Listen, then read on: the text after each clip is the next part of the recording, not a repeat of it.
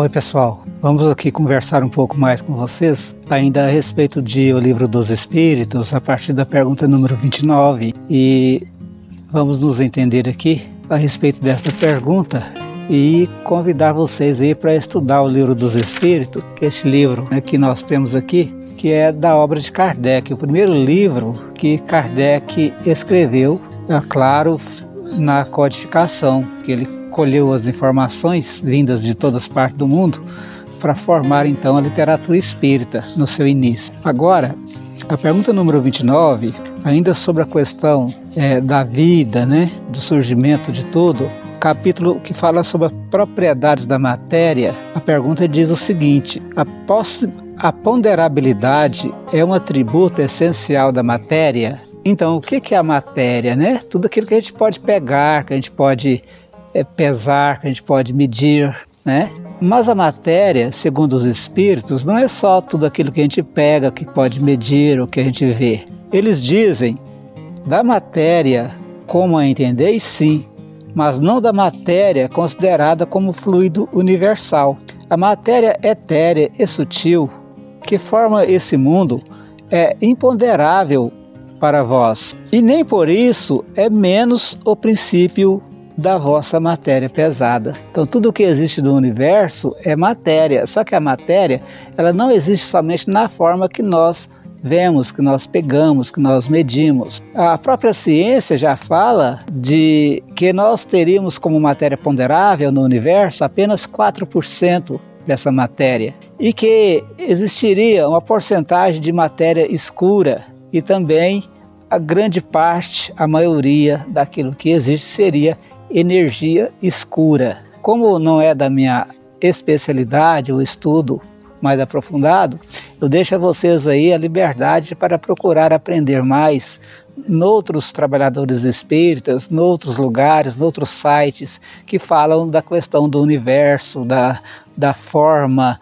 da constituição, mas de qualquer forma vocês vão chegar à mesma, praticamente a mesma posição, porque nós vamos chegar à conclusão de que o infinito para nós não é a mesma coisa, para Deus. Para Deus, que é infinito, que é finito ou infinito para nós, tem para ele uma concepção mais justa, mais profunda e muitas vezes inexplicável para nós. Porém, Kardec observa aqui, a gravidade é uma propriedade relativa. Fora das esferas de atração dos mundos não há peso, do mesmo modo que não há nem acima nem abaixo.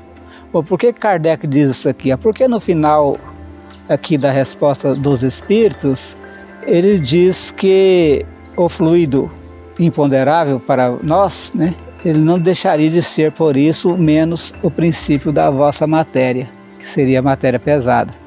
Então, o mundo espiritual, ele tem representatividade bem maior em contexto do universo, de tudo que existe, do que esse mundo ponderável que nós vivemos. A Seixonoe diz que esse mundo material seria o mundo das ilusões, porque tudo se dissolve, Tudo ao nosso redor, tudo que nós vemos, um dia vai se transformar, vai se dissolver, mudar para outro estado. E tudo aquilo que tem vida aqui ao nosso redor, um dia vai perder essa vida, Isso eu digo pelo conhecimento de alguns estudiosos que falam isso, fazem muita essa observação, mas a questão da Seixonoe é que eles dizem que tudo a matéria, tudo é ilusão. E, na verdade, o Espiritismo também, sob outras palavras, vai dizer a respeito disso, que a matéria imponderável, e a matéria ponderável fazem parte de um mesmo conjunto. E essa matéria ponderável, ela se transforma.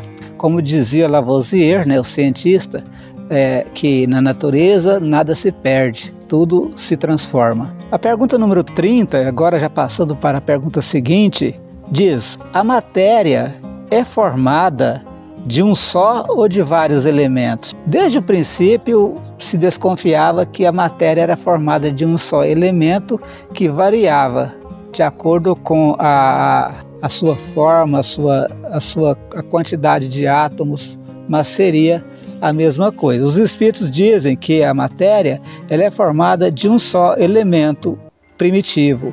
Os corpos que nós consideramos, diz aqui, que considerais como corpos simples, não são verdadeiros elementos, mas transformação da matéria primitiva. Então, mesmo o átomo já se sabe que pode ser quebrado.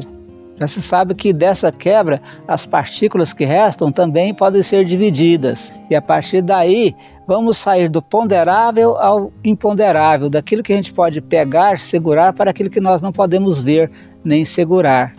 E nem por isso essa matéria quintessenciada, ou seja, a constituição do plano espiritual, deixa de ser para o conjunto do universo uma matéria, a gente fala a palavra matéria por não ter outra para poder substituí-la, né? Mas uma energia, vamos dizer também, que tem mais responsabilidade por tudo que ocorre no universo do que a própria matéria que nós observamos, a matéria ponderável. Pergunta número 31. De onde provém as diferentes propriedades da matéria? São modificações que as moléculas elementares sofrem pela sua união em certas circunstâncias. Aquilo que eu disse no começo, né? A matéria ao nosso redor, você está vendo aqui ao meu redor essas plantas, né?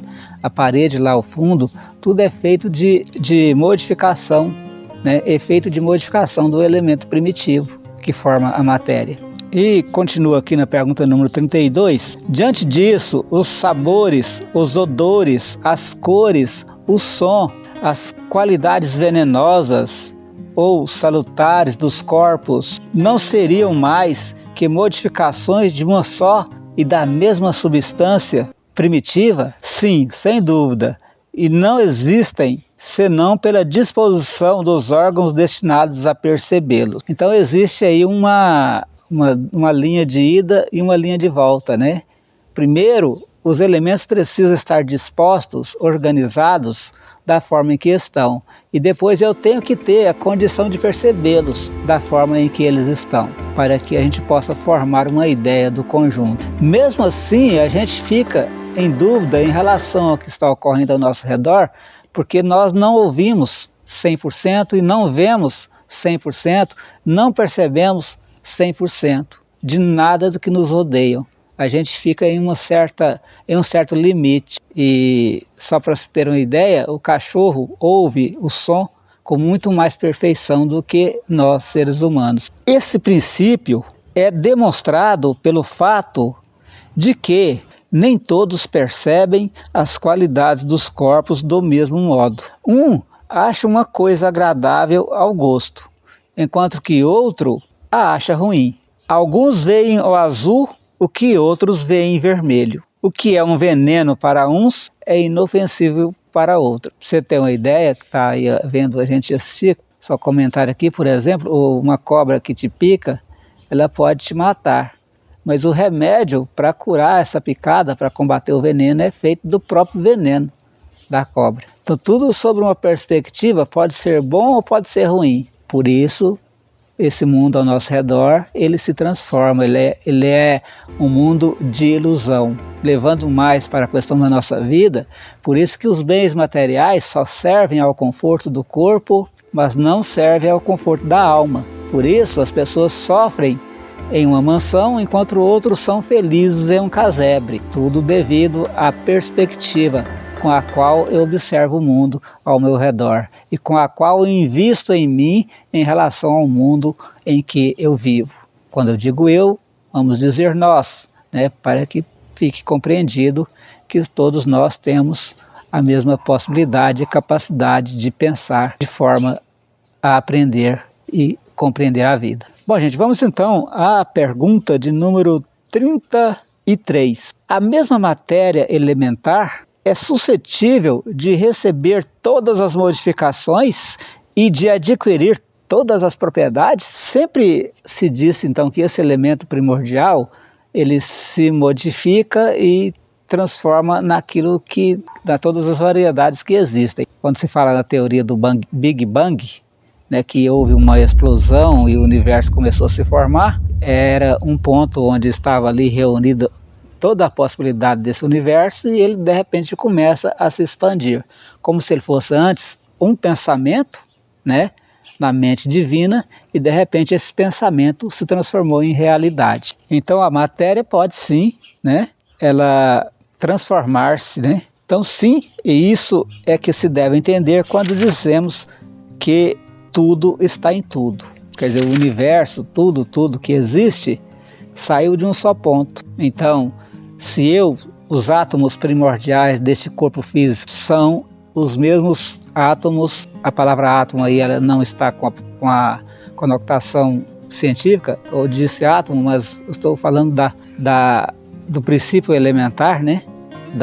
Da matéria ou de tudo que existe, esse princípio, que talvez nem seria algo material, mas o plano da espiritual, o plano da possibilidade, né? Seria ele então o princípio de tudo, e a organização dele é que se formaria os demais objetos, coisas, seres, mundos, dimensões que existem. Tá pesado, gente? Tá, eu confesso a vocês que eu tenho dificuldade também e sempre tive, porque eu sempre tirei nota 7, né, na escola, então não sou muito inteligente nesse sentido, mas estamos aprendendo. Talvez eu seja mais inteligente que muita gente, mas a fila é grande, tem muita gente para frente, tem gente atrás, e eu estou mais ou menos ali um pouquinho no meio, talvez um pouquinho para trás. E diante de Cristo, diante de Deus, a gente nem saiu do lugar ainda. A mesma matéria elementar é suscetível de receber todas as modificações e de adquirir todas as propriedades. O oxigênio, o hidrogênio, o azoto, o carbono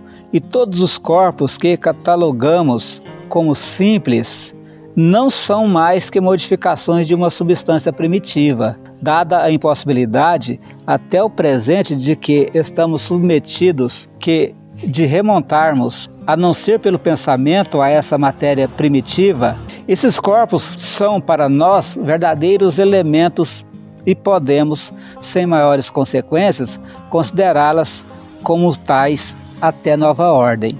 Bom, antes de passar para frente aqui tem umas observações aqui. Eu queria dizer para vocês que a ciência, há bem pouco tempo, é que veio a saber que o átomo poderia ser quebrado e que o átomo dessas substâncias, como citou aqui o nosso companheiro Kardec, esse átomo seria também o resultado da disposição dessa energia primitiva ou dessa substância primitiva. Não seria ele a menor parte da matéria, né? Há pouco tempo é que se soube que, inclusive, se criou a bomba atômica baseado no princípio de que o átomo poderia ser quebrado e ele teria partículas menores. Bom, eu vou fazer aqui a leitura do que diz aqui o livro, e aí depois a gente vai terminar com a pergunta número 34 e concluir então também essa 33. Este princípio explica o fenômeno conhecido de todos os magnetizadores e que consiste em dar, pela ação da vontade, uma substância qualquer, a água, por exemplo,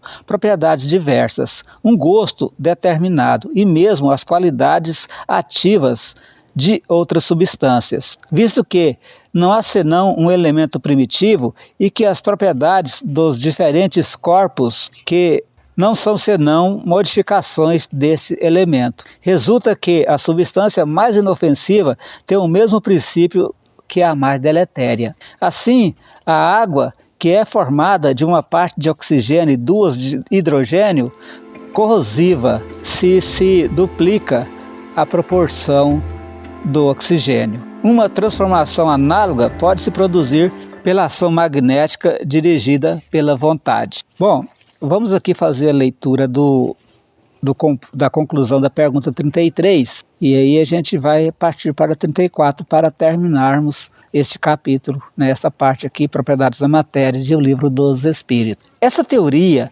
parece dar razão à opinião daqueles que não admitem na matéria senão duas propriedades essenciais, a força e o movimento, e que pensam que todas as outras propriedades não são mais que efeitos secundários, variando segundo a intensidade da força e a direção do movimento. Bom, essa pergunta 33A, né, que é a 33 eu comentei, e aí ela continua aqui, ele faz aqui uma subpergunta. Essa opinião é exata, é preciso ajuntar também, segundo a disposição das moléculas, como vês, por exemplo, num corpo opaco que pode tornar-se transparente e vice-versa. Bom, esse aqui está na área da física, né? Esse estudo aqui, e eu não sou físico, e talvez eu não saiba nada a respeito disso. Mas dá para entender aqui, ó, né, que Kardec lança a mão da força e o movimento, né, partindo então dessa ideia, e os espíritos mandam completar, né, com a disposição das moléculas. Então seria a força, o movimento e a disposição das moléculas que dariam a todas as coisas ao nosso redor a forma que eles têm, o cheiro, o gosto, tudo o que eles têm é devido à força e o movimento, porque os átomos, gente, cada átomo tem ao seu redor os elétrons e eles estão em movimento. Essa energia ela está vibrando, né? Seria a força e o movimento, ela está vibrando. E ela está vibrando e conforme a disposição das moléculas é que se forma tudo aquilo que nós vemos ao nosso redor. Vejam essas imagens que eu vou colocar aí, da natureza, da Terra, do universo, vocês vão observando aí. Tudo isso tem essas formas devido à força, o movimento e a disposição das moléculas em que elas estão. Também o mundo espiritual é feito desta mesma matéria, só que em forma quintessenciada, em forma de energia, em forma, como diz a ciência, talvez a questão da matéria escura e da energia escura explique, né, este mundo espiritual. E talvez eu esteja aqui falando alguma bobagem, mas a ciência ainda não sabe. Mas um dia o caminho vai ser descoberto e se saberá mais sobre estes assuntos. Bom, vamos então à pergunta de número 34. As moléculas têm uma forma determinada? Sem dúvida, a molécula tem uma forma determinada, mas que não é para vós apreciável. Não se consegue, né? Mas naquela época que Kardec codificou, né, juntou as informações dos espíritos para fazer o livro dos espíritos, ainda se trabalhava bastante essa área, mas o conhecimento ainda não era como o de hoje, né? Eles dizem que para nós a questão da disposição da forma das moléculas não seria apreciável, mas pelos cálculos matemáticos que foram feitos, já se tem a disponibilidade dos átomos, a forma, né? Já se hoje descobriu a questão do DNA, né, que são a forma em que está disposta as moléculas do nosso organismo, que determinaram, inclusive, a constituição do nosso corpo físico, a aparência, a fraqueza, a força desse corpo. Aí tem aqui uma segunda pergunta dentro da 34. Essa forma é constante ou variável? Constante para as moléculas elementares primitivas, mas variáveis para as moléculas secundárias, que não são mais do que aglomerações das primeiras. Porque o que chamais de molécula está ainda distante da molécula elementar. Bom, como eu disse a questão do DNA, o homem conseguiu somar, estudar, aquilatar a questão da molécula secundária, que é a molécula das coisas que nós vemos, que estão à nossa disposição.